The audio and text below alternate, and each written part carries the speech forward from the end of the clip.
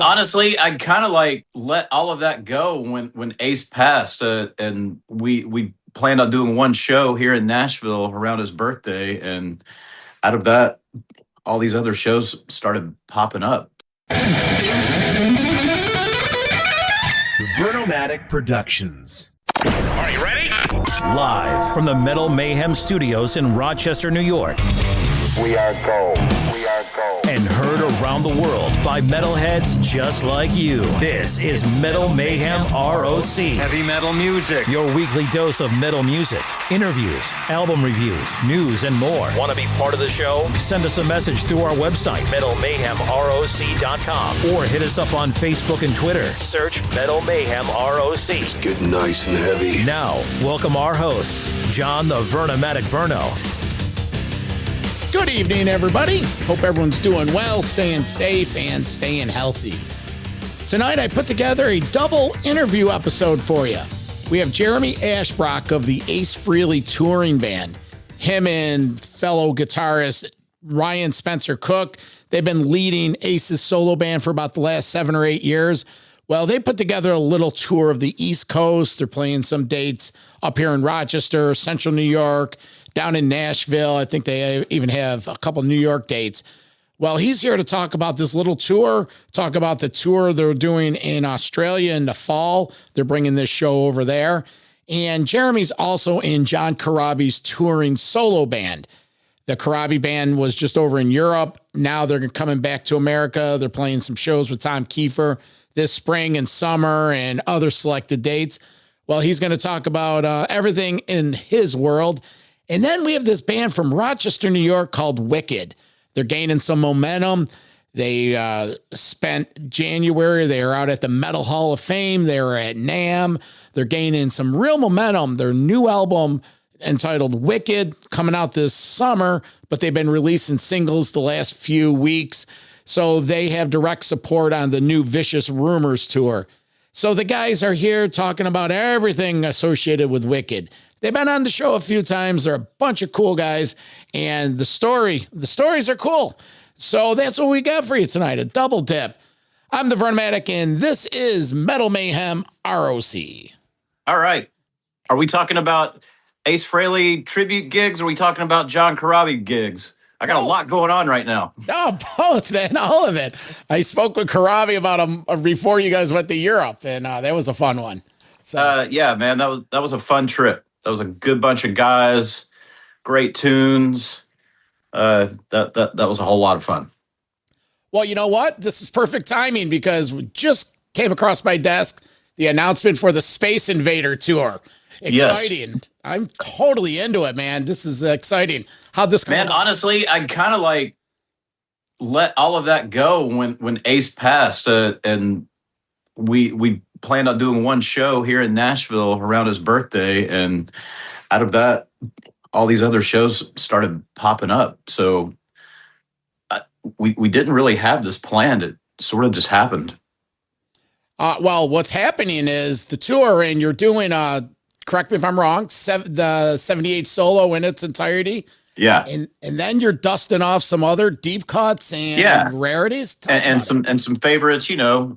It's not going to be all deep cuts. I mean, we just, you know, if we're doing an Ace tribute show, we have to play Shock Me. We have to play Rocket Ride. We have to play Cold Gin. I mean, those are Ace's hits. Parasite. You know, we got some other deep things in there. I'm not going to mention just yet. People have to come see us to figure that out. Well, fortunately, I'm up here in Rochester, New York, so things kick off in Rome, New York on April 3rd, April 4th. Yes. We're up here in the Rock.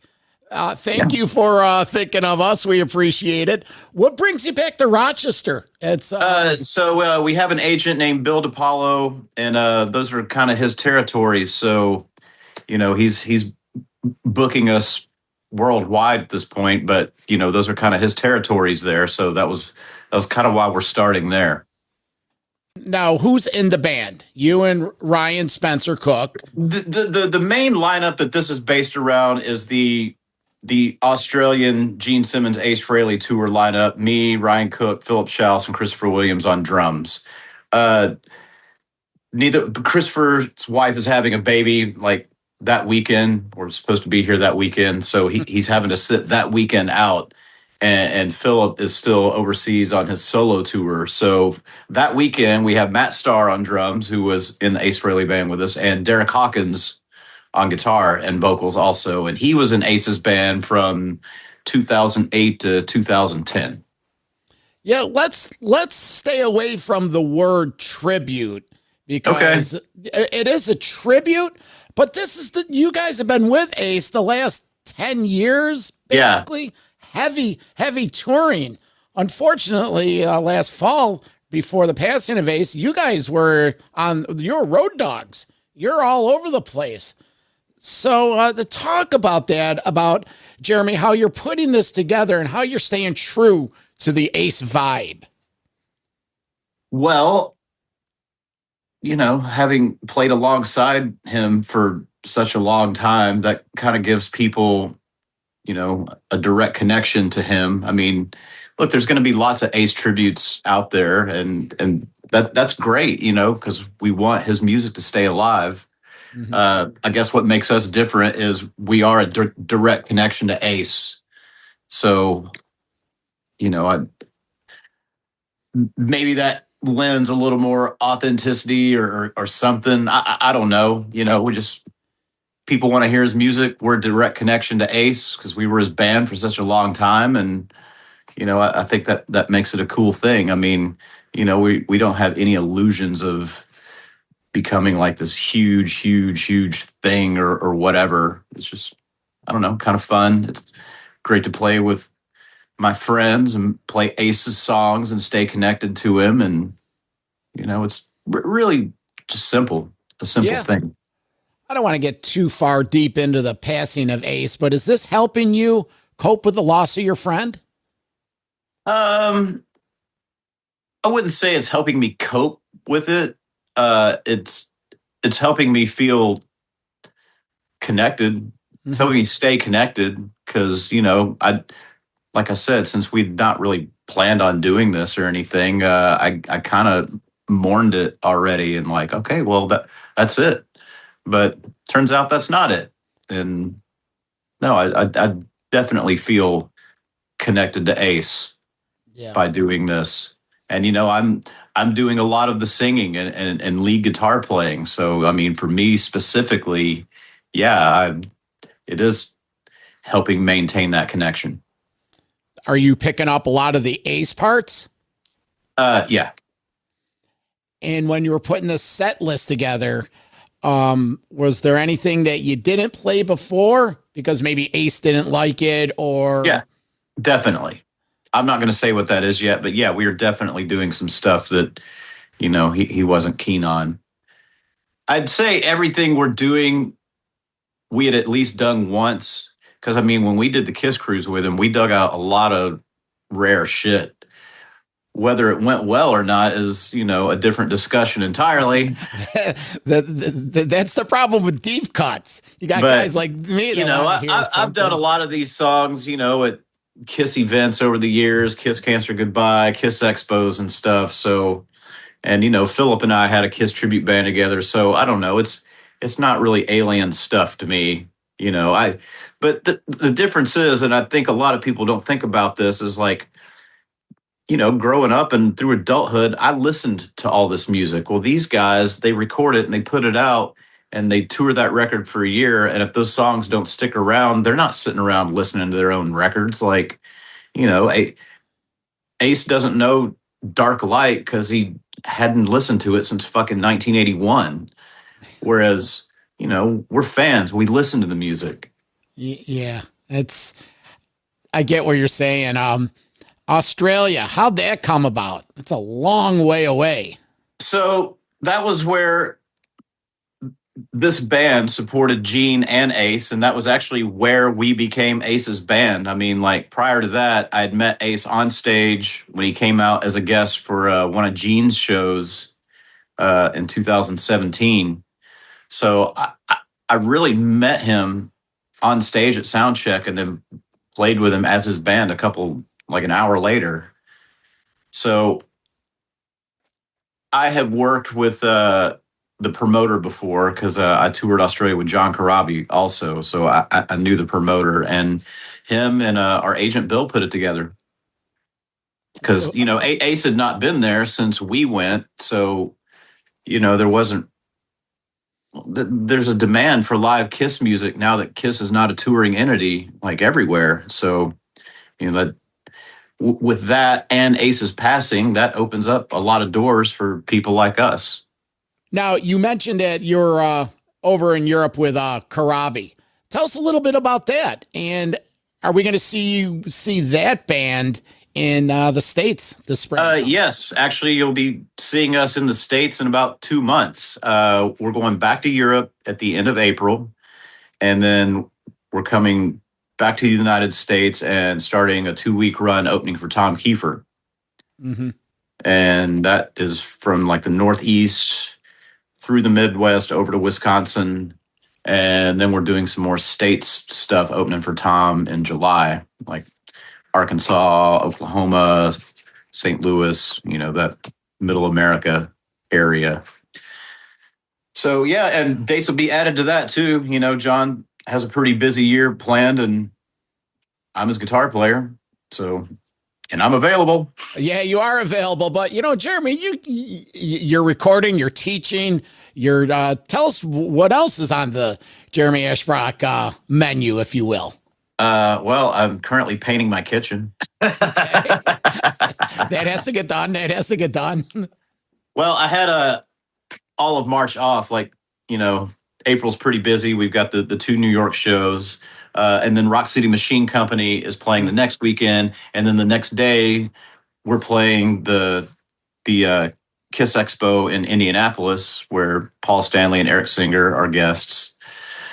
And then I go to, and then we play the Ace show here in Nashville the next weekend. And then I go to Europe with John again at the end of the month. So April is pretty busy, but I promised myself I was going to paint my living room and my kitchen in March while I had the month off. And, I've got students scattered about the month, but, I'm not going to be able to do it for the rest of the year. So I'm pouncing now.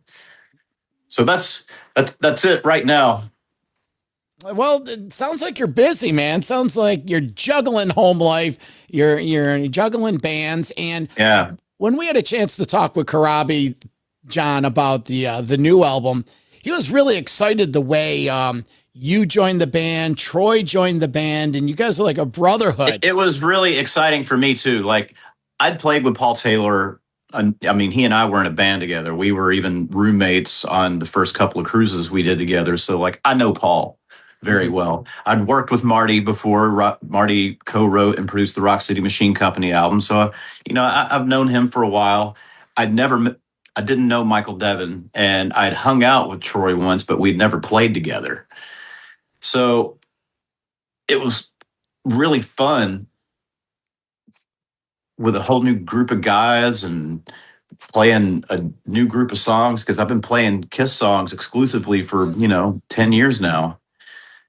And it's just a great group of guys. It was such a good time, playing. And his new album is the best thing he's ever done.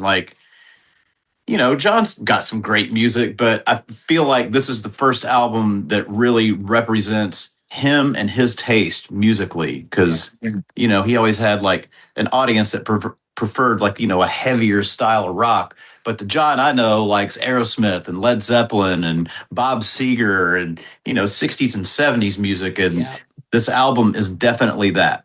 Oh, this album has California written all over it. It's just, it's a great album. Listeners, it's the new John Corabi. Let's see. You talk about some of those classic Kiss songs that you've been playing for years. What always brings you back to them? You enjoy doing them. It's my inner child. I bought my first Kiss record in my backyard when I was 4, and it has just been blind obsession since. So, it keeps my inner child alive. I don't know. It's part of my DNA. It's not even music I like to listen to. Honestly, I don't even listen to Kiss, but those songs are a part of me. What was your first Kiss album when you were 4? Side 3 and 4 of Alive 2. The kid that lived behind us. Side 2, 3 and 4 of Alive 2, the studio. Yeah.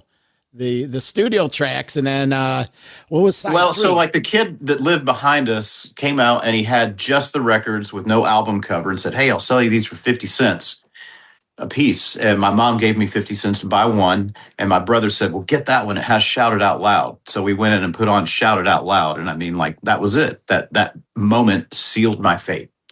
Oh, the crowd comes in. I mean, it's just like sounds like 100,000 people screaming bloody murder.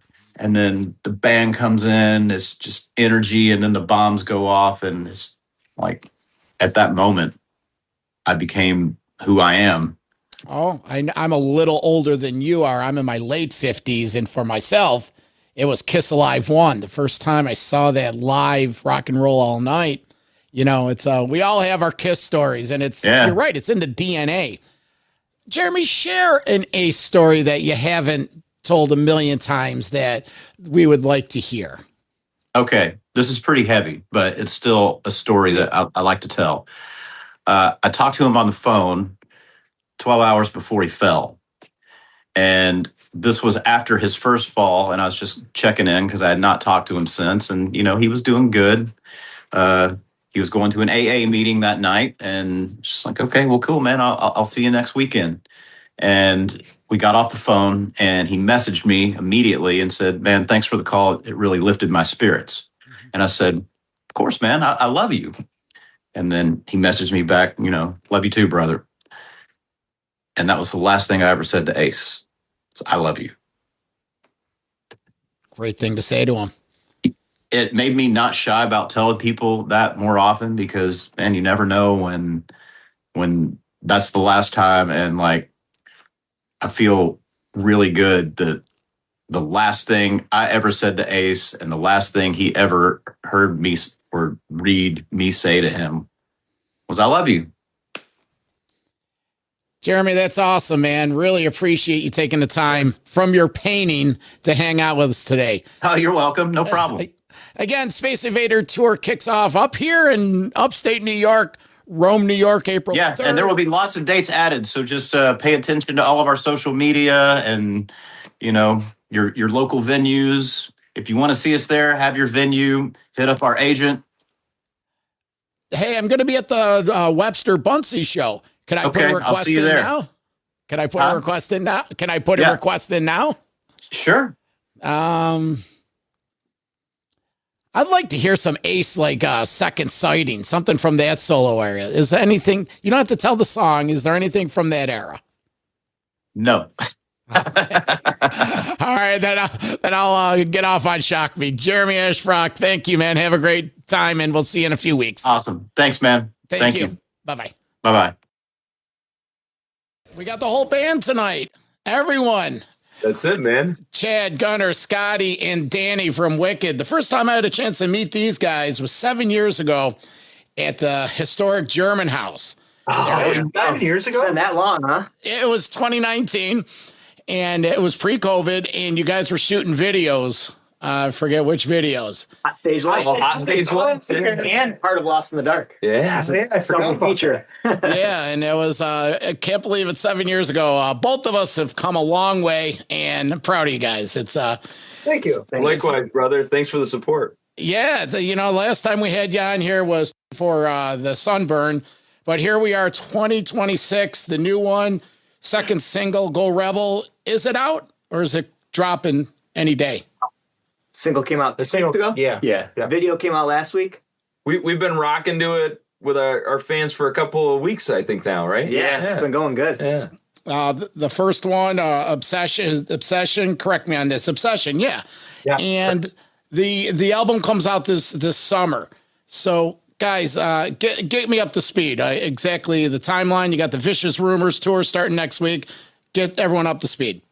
Yeah, man. I mean, we're super stoked. It's like we're starting this whole like fun campaign of new music release, and you know, one of my favorite parts of the process So we've dropped these 2 singles. We probably got, what, you think a couple more singles to go before the summer? Oh yeah, we got a few more. Quite a few. And videos to tag along with that too. And that's a cool story because we always love to make our videos this whole experience when we go to shoot them. It's not just, It becomes like a mini vacation almost because they're always destination videos. Yeah. So there's always some kind of muscle car in there, or Well, we just need to rent a GTO. hot girls on the beach or something. Yeah. But yeah, so we got a bunch of cool singles and videos still yet to come before the album drops, and that'll be later this summer. We haven't defined a date because we're kind of tagging it to a bunch more upcoming shows and tour dates and stuff later this summer. But yeah, we're super stoked. So we got 2 singles out, and we're ready to bring this high energy rock and roll out on the road for a little stint in the Northeast with none other than the great Vicious Rumors. Well, take 2 on Vicious Rumors. It was 2 years ago. Yep. What'd you learn from that first tour with that? It was a Vicious Rumors. It was Raven. Well, we learned a whole bunch of stuff because these guys are like legends, right? They're road dogs too. Yeah. So, you pick up a lot of things from these guys. They're like uncles to us, you know. And I think just being there every night and getting to watch these bands as well, because like we're music fans at the end of the day, right? So we're out there in the crowd watching everybody play, and a bit of a heavier tour, and I think it's rubbed off on us a little bit in the upcoming some of the songs on Go Rebel. That'll be the album this summer, right?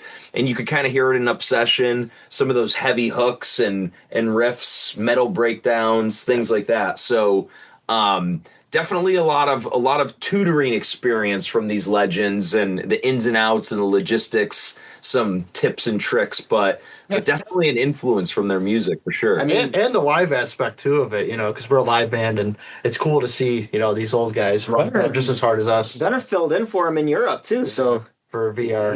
He really got a taste of it. Yeah. He was the drummer for a little bit. Yeah. Really? Tell us about that. How'd you get that gig? And the tour. Yikes. Well, Larry wasn't in there, and then Jeff called me and asked me if I could do it, and I said yeah. So I was out there for a whole month in Europe for, 3 weeks actually? Yeah, it was about 3 weeks. They almost kept him there because in Sweden, at Sweden Rock, they thought he was Swedish with all this blonde hair. Yeah. No, you can't go back to America. Like, you got to stay here. So Gunnar, answer me. So what were the differences being on the Vicious Rumor camp versus the Wicked camp? That's a good question. Yeah, what were they? Yeah. Well, the VR stuff was just, it's more intense on the drumming side. Larry's a phenomenal drummer. Learning all those songs and stuff, it was just like, wow. I mean, I learned so much from that in general. Like, I took a lot of like his licks and stuff, and I still use some of his stuff. I do that with everything, with the way I learn stuff. I like learning new music all the time and stuff. Yeah. It adds to my repertoire. You know what I mean? So the Wicked stuff is, I would say, it's a little bit more musical.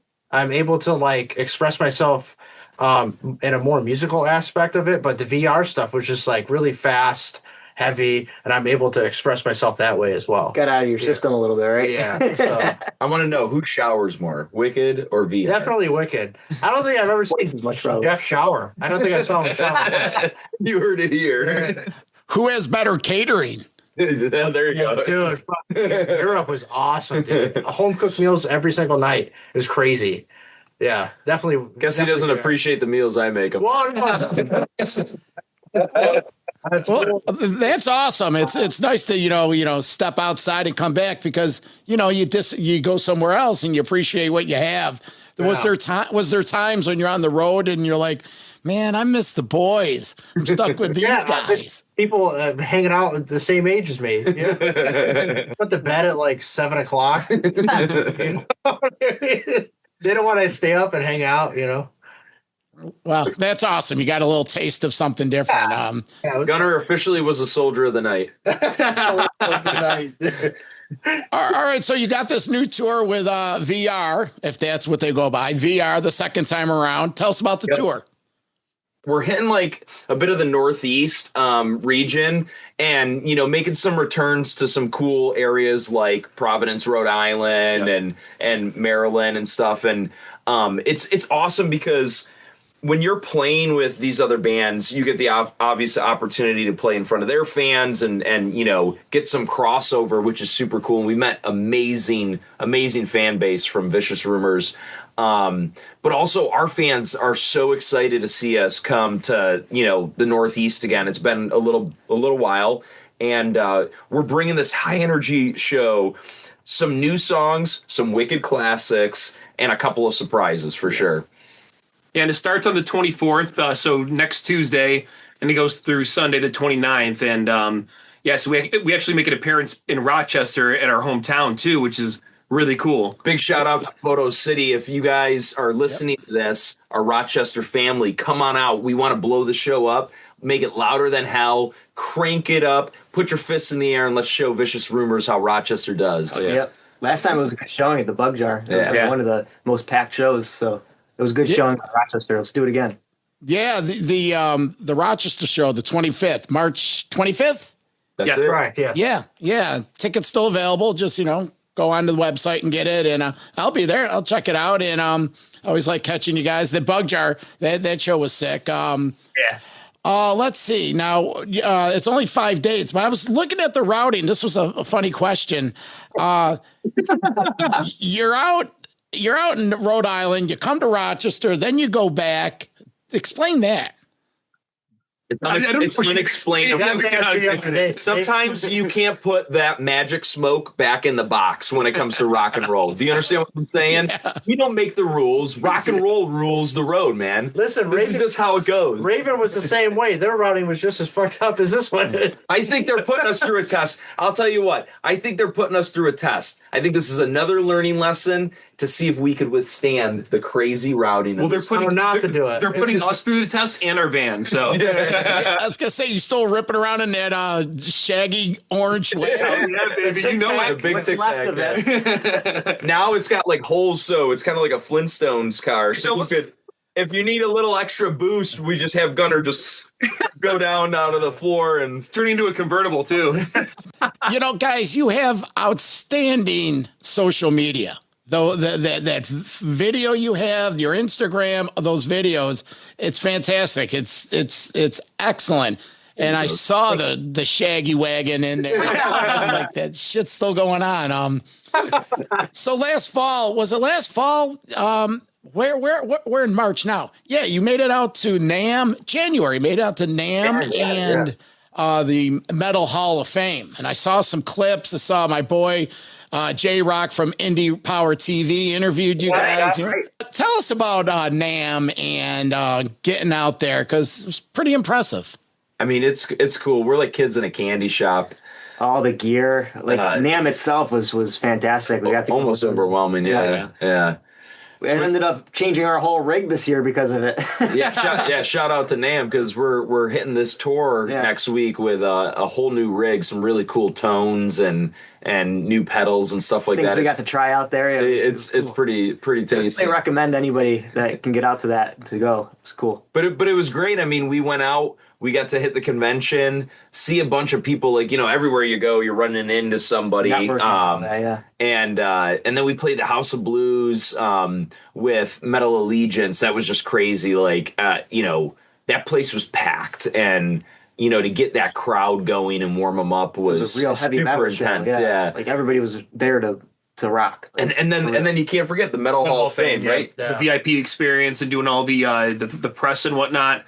It was phenomenal, really cool. And I loved it this year too, because this year was on the Sunset Strip, right? So kind of bringing it back to the streets of where it all kind of started. And we went from the Roxy to the Viper Room, Roxy, back to the Rainbow at the end of the night for the after party. And you've got everybody. Chris Holmes is there, the guys in Rat, Lorraine Lewis. Everybody's just like hanging out, having drinks. The whole place everybody was in booths like the old days. It was awesome, man. It was like a huge party and kind of surreal. And here we are right in the middle of it, like the four blonde boys from Wicked. So that I was going to ask, were they receptive to you? Did people that didn't know who you were thought like, oh, who are these guys? How was the reaction? They all stood in a circle and they pointed at it. No, people were super nice. I think, early on, like when everybody was getting catering at the Viper Room, it was very quiet and calm. Yeah. And it was just natural, right? Like Ricky Rocket just kind of coming up and introducing himself, us introducing ourselves and talking. And it was kind of like so just natural, which was the cool part about all these guys is, no one really, they had like the right rock and roll ego, but they were just down to earth, cool guys having drinks at the bar. Like human beings, they just be treated like that, Yeah. Yeah, well, let me ask you. So Ricky Rocket comes up to you and he's cool. Like, does he say, hey, what band are you guys in? What's your deal? Or did he give you any advice?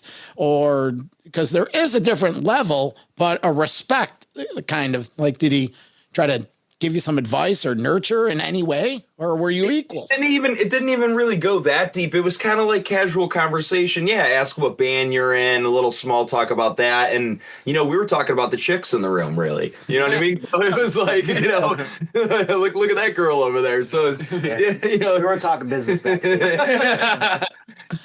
Oh, that's awesome. So you opened up were you direct support for Metal Allegiance? Yeah, we were first of 3 on that show. Oh, yeah. And what's his name? Son's band was playing. Robert Trujillo. Oh, yeah. Otto? Yeah.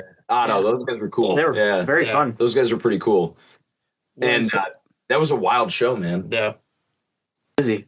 Yeah. So last question on all that. How did you decide to go to NAMM? Were you invited? Did you pay? And the same thing with the Rock and Roll Metal Hall of Fame.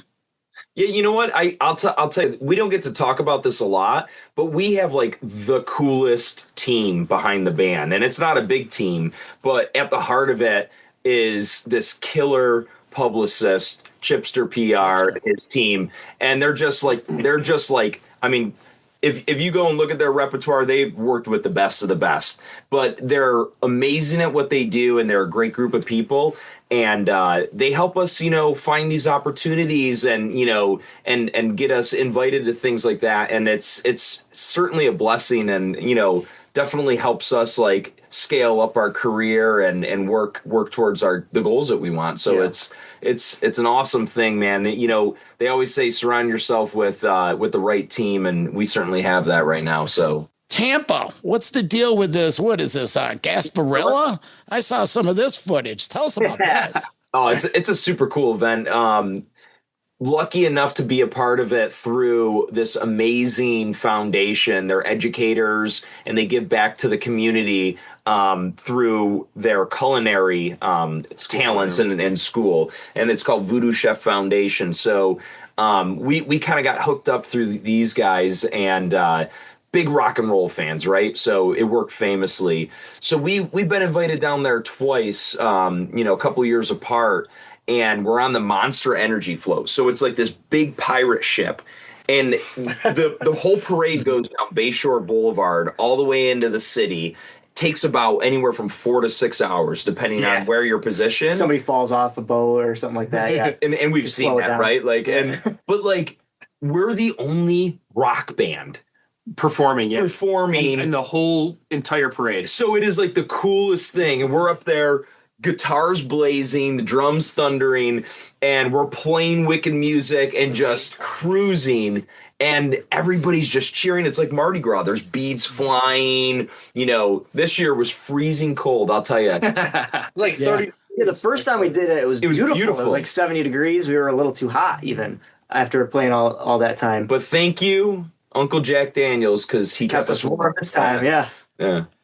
Yeah, I saw those videos, and Scotty, I think it was you. You were shivering. We had like gloves on, like fingers cut off. Like, damn, you go down to Tampa and it's 36 or whatever. You're like, and we thought we were macho. We're like, oh, it's not that bad. We're from New York, but it was bad, dude. It was bad. So you're saying you're the only rock band. What other music was there? Was like dudes like rapping, or was there like, well, a lot of them, they'll have like along the sides of the parade avenue, they'll have like tents and some DJs and things like that, which is cool, but it's really not like a music event. Like that's what makes it special that we go and do it, is like his float is rigged up with good like sound system and everything, and we're the only band playing, so it's basically like our private show. And Monster Energy loves having us because they're like we do a pre-show, we play the whole time on the float, and we're sporting. They hook us up. We've got the Monster Energy drinks in the air and everything. Yeah. It's pretty cool. And then Voodoo takes us to some amazing restaurant afterwards, and can't beat the food, man. Yeah. Well, wow, man, things have been all right for you guys. Getting a little VIP treatment in certain places. That's awesome. Well, let's quickly go back to the new one. Tell us about the music. How has the Wicked sound progressed since, the last one? Oh, man, what do I want to say here? Well, the last album was a little bit more power poppy. This one, forward. I think all of our influences kind of shined a little bit more, I guess, on myself and maybe Scott, maybe even. It's a little bit heavier on some of the songs, but rhythmic. We tried to kind of like evolve the sound a little bit and the songwriting itself and the way that the songs were structured and everything, and to make it a noticeable like difference. Like if you listen to Obsession and you listen to Sunburn, both good, but you could tell it's a different album. That's what we were kind of going for. Mm-hmm. And we like that diversity too. It shows that we can play whatever style of music. Yeah, like I love a band like AC/DC who's like, tried and true, but like we don't veer too far from our core at the end of the day, which is, some basic influences like Thin Lizzy, but we can't say UFO, Scorpions, right. but we let ourselves kind of evolve every album, and it keeps us kind of excited, and the fans. You could look at it like a David Bowie aspect, you know. Look at we take this very seriously, but we don't take ourselves too seriously. We're here to have a good time and build a community, which is really like the other part of this Go Rebel album that'll come out this summer. Is a lot of the songs are a little bit differently focused. Some of the past albums, we're growing, we're evolving as people and as musicians, and now we're focusing some of the content more on the scene and the community. It's not just about, ourselves. Sunburn was more self-reflective, where this one is kind of like, like he's saying, community and like is relatable of topics as we could come up with. What's really impressive is you guys, you've been together, the core four. Yeah. Yeah. I mean, that's no shit. That's a credit to you guys. What? Impressive, right? Yeah. What keeps you guys together? I mean, see, we have boxing matches once a week. You gotta fight it out every once in a while. It's the only way. In all seriousness, I think it's just that we are not afraid to talk to each other. I believe, we're just friends. It's hard to explain because it's weird seeing other bands that family and friends first, and then band follows with it. But I think that's what makes it successful too. It could have also been that little voodoo bag we did where we put all our hair and a drop of blood from each of us in it. But I don't know. A little bit. Anything else going on with Wicked? You got the tour, you got the album, everything good personally? Anyone getting married in the off season? Anything like that?